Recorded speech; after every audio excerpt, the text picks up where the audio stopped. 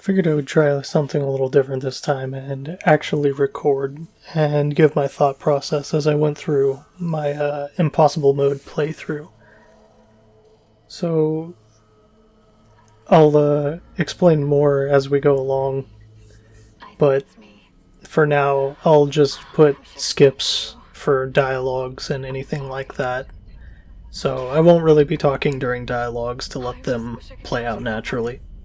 It's all falling apart here. I can't believe what's happening. Strange. Such a little thing. That's her? Nicole? Yeah. First deferred from her in weeks. We're 5 minutes out. You still got that thing on repeat? Guess you really miss her. Ishimura is not a job you turn down, but 6 months apart with only vid calls. It's rough. Easy to say the wrong thing. I don't blame you.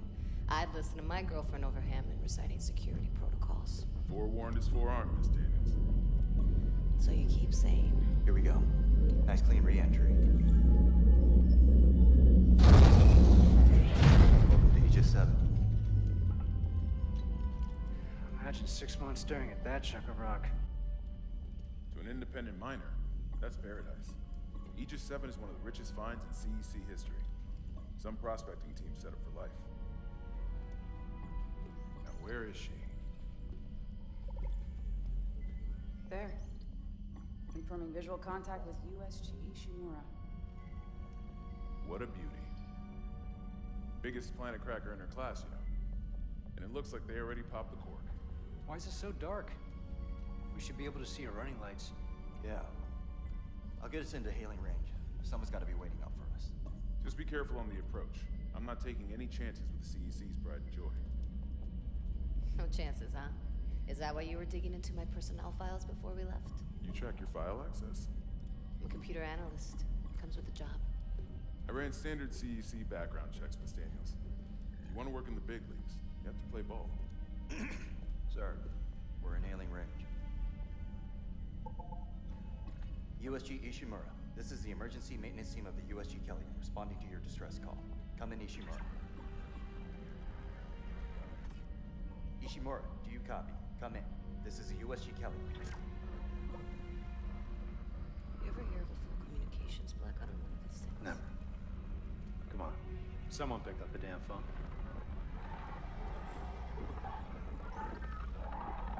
The hell is that? Sounds like their communication array is busted. Maybe a broken encoder. Daniels and I can handle it in 48 hours, max. Hey, that gives you plenty of time to catch up with Nicole. Yeah, I hope so. Jen, Johnston, take us in. Gravity tethers engaged.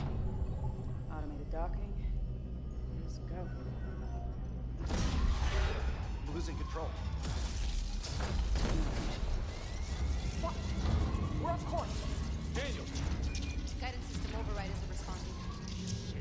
Shit, we're coming in too hot. It's gonna smash us into the hull. Jen, aim for that emergency stabilizer. There, the blue light. It might slow us down. Got it. Drop the flash shield. Everyone brace yourself.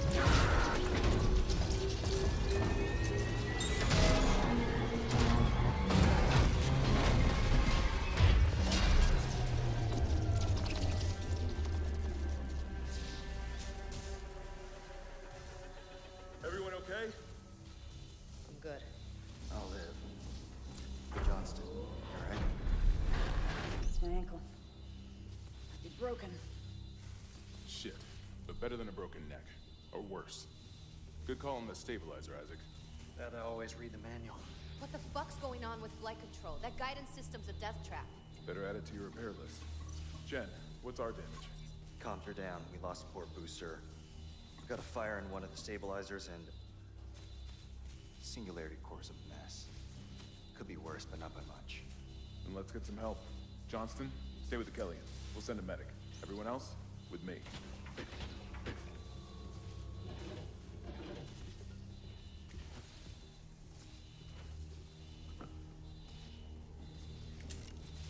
So as we begin the game, the main objective of this is to just keep our health as practically high as possible. given that we only have one life, we want to make sure that we always have the max amount of health that we possibly can squeeze into Isaac at any given point. There's really no point in not having max health. There's very few things that can heal you in this game outside of med packs themselves, which is basically limited to just HP node upgrades on a bench. So if you can use a health pack and get the most out of it, you might as well. Other than that, we want to completely put all of our eggs into one basket, so to speak, and upgrade the plasma cutter as quickly and efficiently as we can.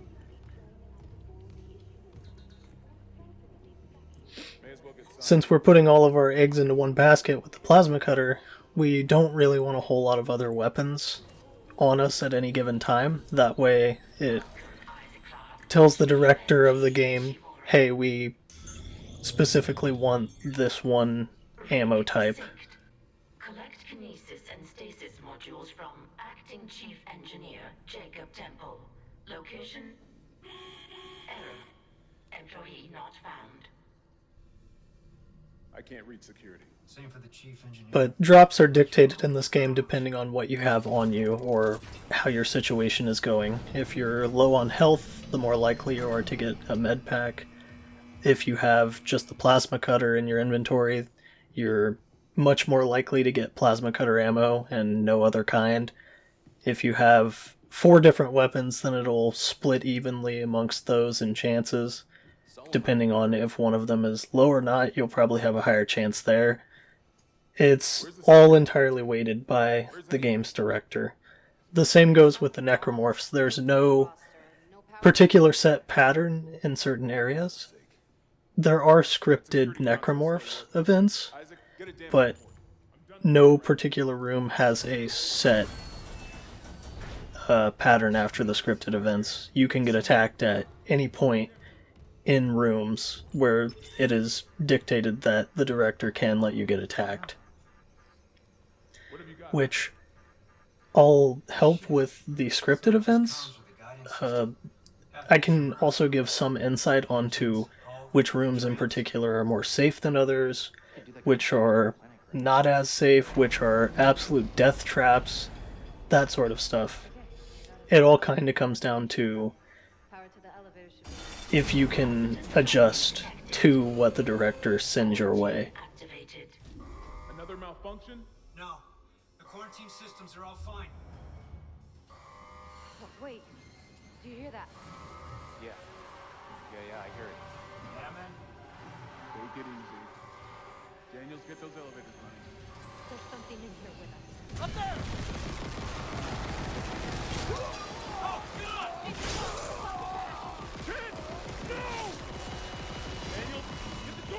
And this part, just be ready to run here. It's not particularly dangerous, even though it appears to be, but as long as you hug the corners whenever you're going around, you'll have no particular instances of damage. You can actually even walk through that part and receive no damage if done correctly, so if you run, you have a much less chance of getting damaged.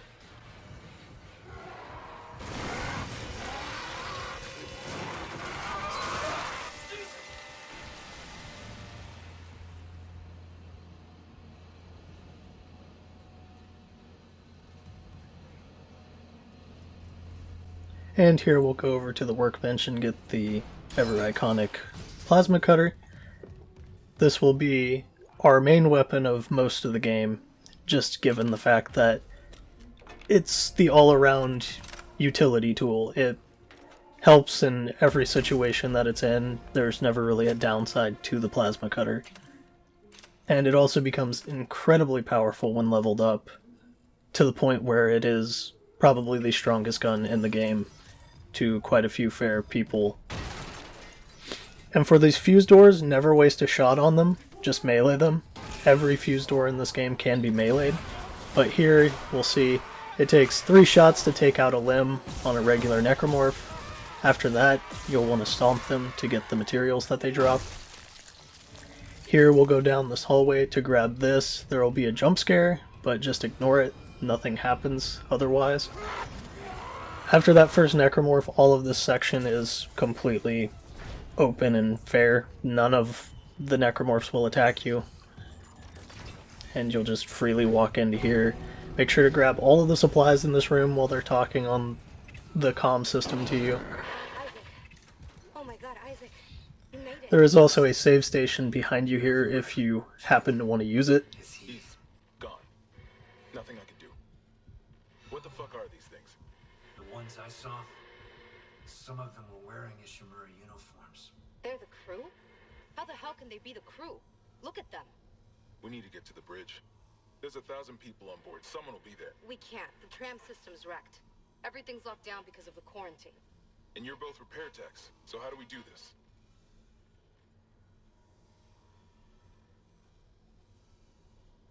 There's a broken tram car blocking the tunnel. It's gridlocked the system. And the data board's burned out. I can't lift the lockdown or call the tram until we get a spare from the maintenance bay. But it's all on Isaac's side of the quarantine. I'll handle it. Just make sure there's power to the repair systems. And Isaac, Yeah? I'm sure Nicole's okay. She's a doctor, right? She'll do the smart thing. Yeah. Yeah, she always does. Find somewhere safe. I'll be back soon. So here, instead of going to the left, we want to go to the tram repair first, for one particular reason above all else.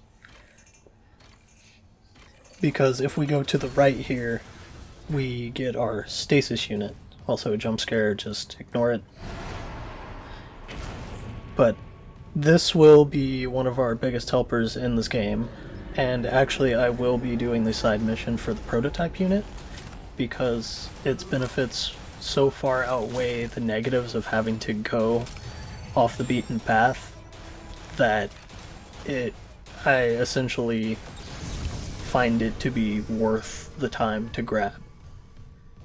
If you don't know, the prototype unit has a stun added effect to any necromorphs that you hit with the stasis unit, on top of the fact that it also brittles limbs and does a pretty decent chunk of damage as well to their health.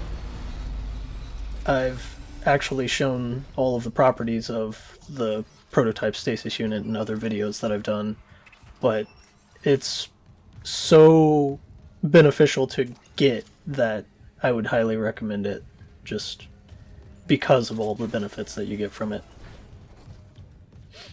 Here we just go into the bathroom, grab the crate in the hallway. Nothing will attack you here as well. Nothing will attack you until you start activating these the tram systems in here. Don't bother shooting those fuckers in the head. Just make sure to grab everything in this room before you start messing with the tram. That way you can have all of the materials. Those arms. The legs. Does that even kill them? Or do they just start moving? And one thing of note is, whenever you are in a room with a stasis on the wall, a stasis recharge station, my recommendation would be to go absolutely crazy with stasis. Because you are essentially unlimited, and the benefits of having stasis applied to enemies is so good that it would be crazy not to use it. Like here, I'll definitely just keep using stasis on all of these guys, because I essentially have unlimited up here on the wall, which I will go refill. Anytime you have a breather here, you'll activate these tram car systems, and then enemies will pop out. It's usually one at first, then two, then another two after you finish. But just keep stasising them, no matter what. And it usually takes about 3 shots to take out a limb. So, whenever you activate any of these, just be ready for a fight. After the fact, just stasis them, end them, get more stasis, rinse, repeat.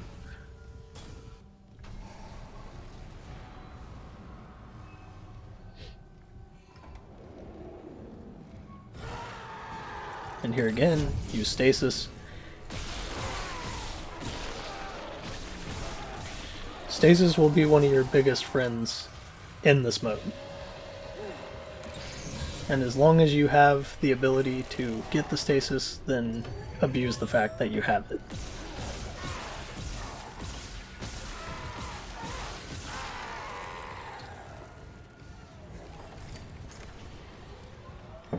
And always remember to stomp on bodies whenever you have the chance, because it's just a waste of materials not grabbing them if you don't.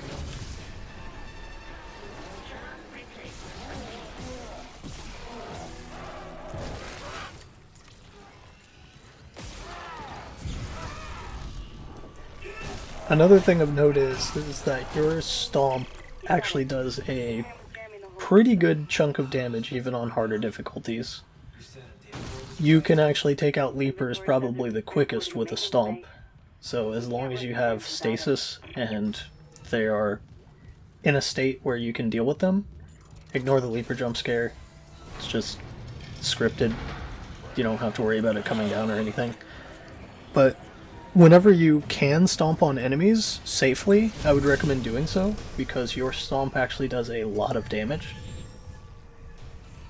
And it does affect multiple limbs if you can hit multiples of them.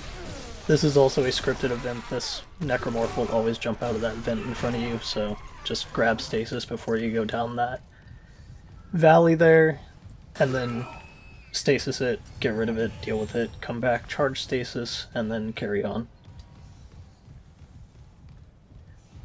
Again, there's a bunch of scripted events in the beginning here, so as long as you're prepared for them, they're nothing too insane.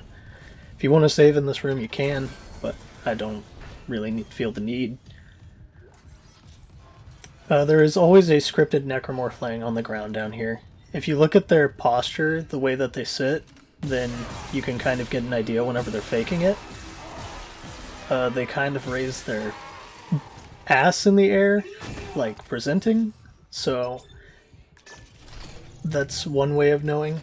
Whenever you get the kinesis unit, that is the surefire way to know if they're faking it, because then you can't drag their body. Here we'll have another scripted necromorph event, so abuse the fact that they give you these flammable containers, the canisters, and if you shoot a necromorph, or if you shoot a container while a necromorph is near it, then it will instantly kill them. So just try and do it as much as possible to conserve ammo. There you actually see me using one of the absolutely, I believe, most essential facts of the melee, and that it will stun necromorphs. It's actually kind of busted how good melee can be in this game now, compared to how it was. If you melee a necromorph, no matter what, even without weighted blades or anything like that, any upgrades, it will stun them. The only time a necromorph won't be stunned is if they are already previously in a stun animation loop. Otherwise, it will, as far as I'm aware, guaranteed at least stagger them to give you some breathing room. So if you're surrounded by 2 or 3 necromorphs and you let out a swing and you connect with them, then you can stagger them and run. I've actually went through the entire game at this point doing only melee, and this was an incredibly huge boon to the fact that I could do it.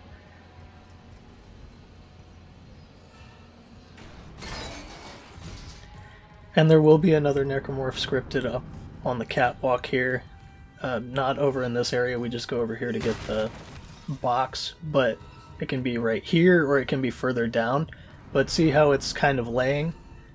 You can get an idea that it's faking it. Which you only need to know for Chapter 1, because after that you get the kinesis unit, and like I said, the surefire way to know if they're faking or not is to try and kinesis the body. If you can pull it, then it's not dead.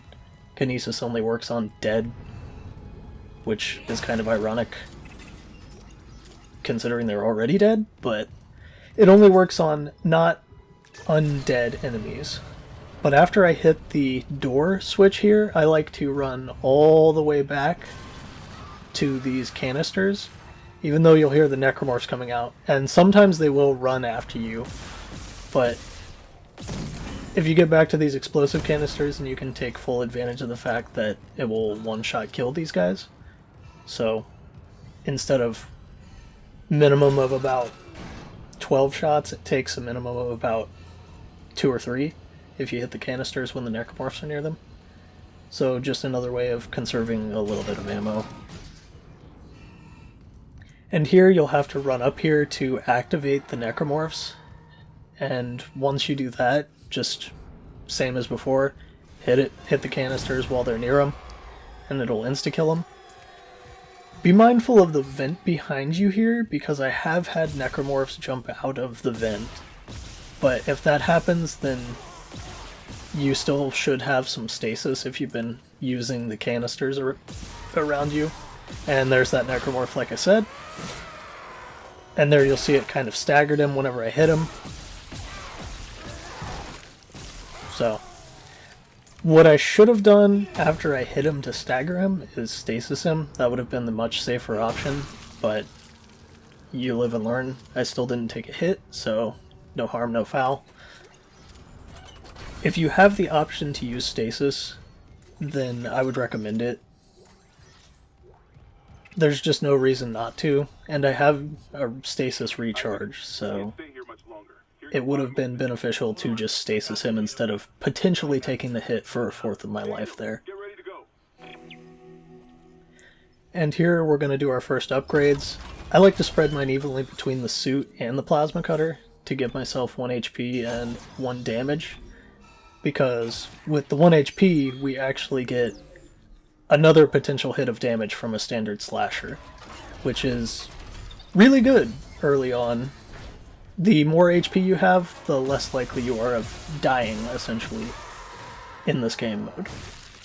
And if you die once, then, well, you fail, so. And these 2 necromorphs are always scripted. There's always the one on the walkway coming over here, and then the one laying in front of the door. The one laying in front of the door, just shoot him to get his attention, and then use an explosive canister to kill him. And then we can just leave scot-free. Here we want to hit the storage on the side of the container here. You'll actually have 2 necromorphs appear in this hallway. Don't worry about the back one. There is a scripted one that drops down in the front, and you'll only have to deal with the one in the front, not the one in the back, so don't waste shots on the one in the back. Here we'll get our power node out of the side storage. Ignore that fan event. It's always scripted to just spook you. I've never had a necromorph jump out of there. And just go back into the tram control room. Then we'll put in the data board and send Hammond and Kendra on their way to the bridge. And again, you can save in this room if you feel the need. I don't, but if you so desire, you can.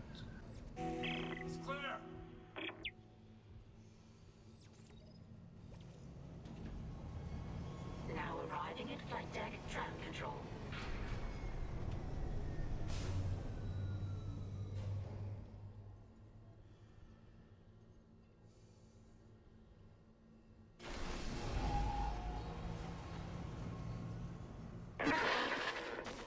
We're on board. Something hit the roof, but it seems operational. Quarantine lockdown was lifted, so you can get to the hangar. Comms are still down though, so be ready for anything. What's the plan? You and Johnston fix up the Kellyan. We report to the bridge. Standard emergency protocol. What protocol? Hammond, people are dying here. And I'm not losing anyone else. We stick to procedure. We'll get through this. Don't worry about any of these halls whenever you're running back to the flight lounge for the elevator. I've never had anything attack me here, so you shouldn't have too many concerns. Always be vigilant, but don't worry too much about getting attacked, because most times they are very telegraphed. Like, no matter what in the hallway, always be aware that there is a potential, but don't worry too much about it, because it will usually be telegraphed with a vent breaking or other things such as that. And don't shoot that guy because he just disappears anyways. Worry about this scripted guy in the front, and then there will be a crawler behind you here, so deal with the one in the front as soon as you can. but the crawler is slow, so you have plenty of time. Just deal with him, stomp on both of them to get their resources, and then go into the room that we passed here for all of its materials.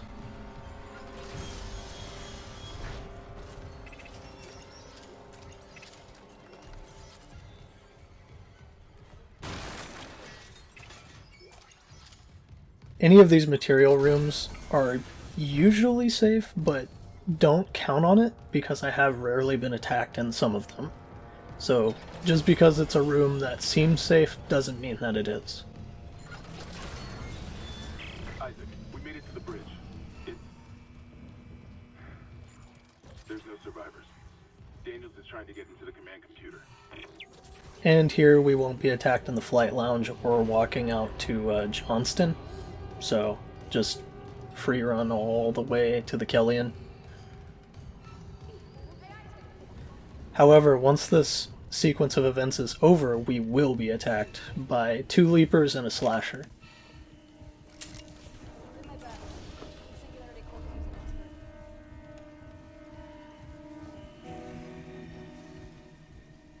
have you got on you? Is that blood? Haley, I need you to listen.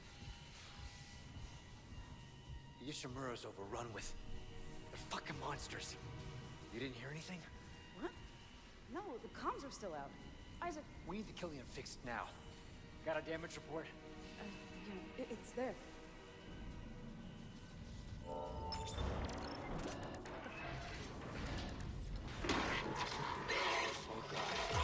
Singularity core.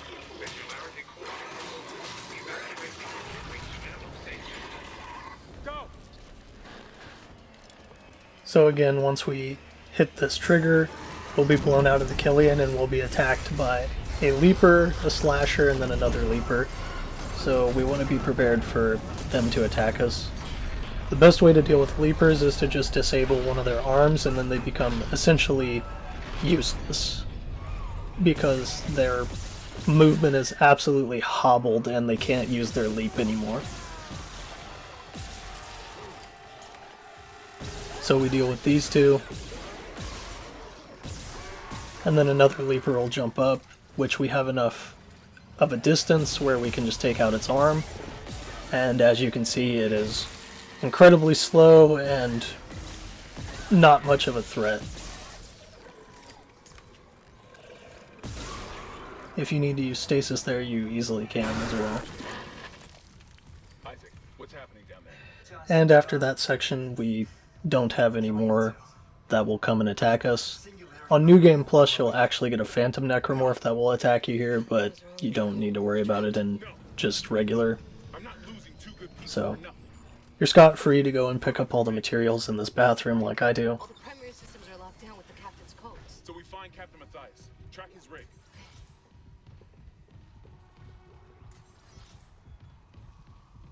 Okay, here. Captain Benjamin Matthias. Location medical.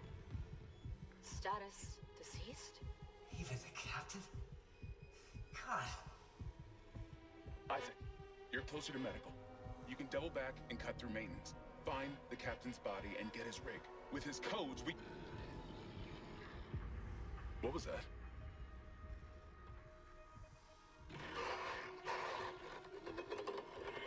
Chen? Hammond, run!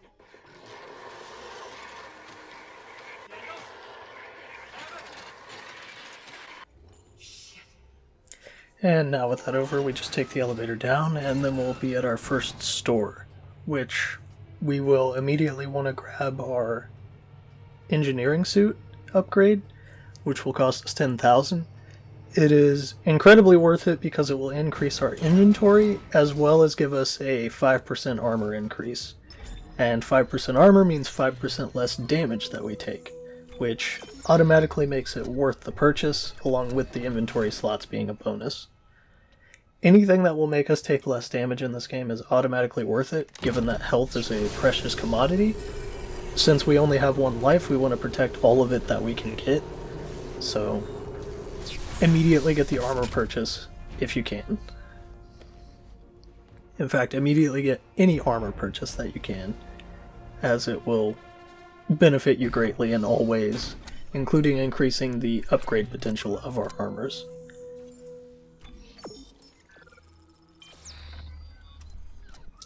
And make sure to grab all of the materials around this tram station. There's the box here, 2 boxes over by the wait station, and then we can carry on. There's a workbench through this door that we can utilize.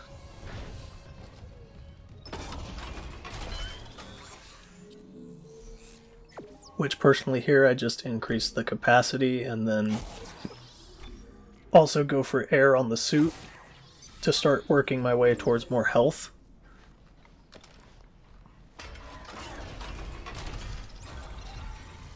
And this hallway is actually not safe whatsoever from previous playthroughs.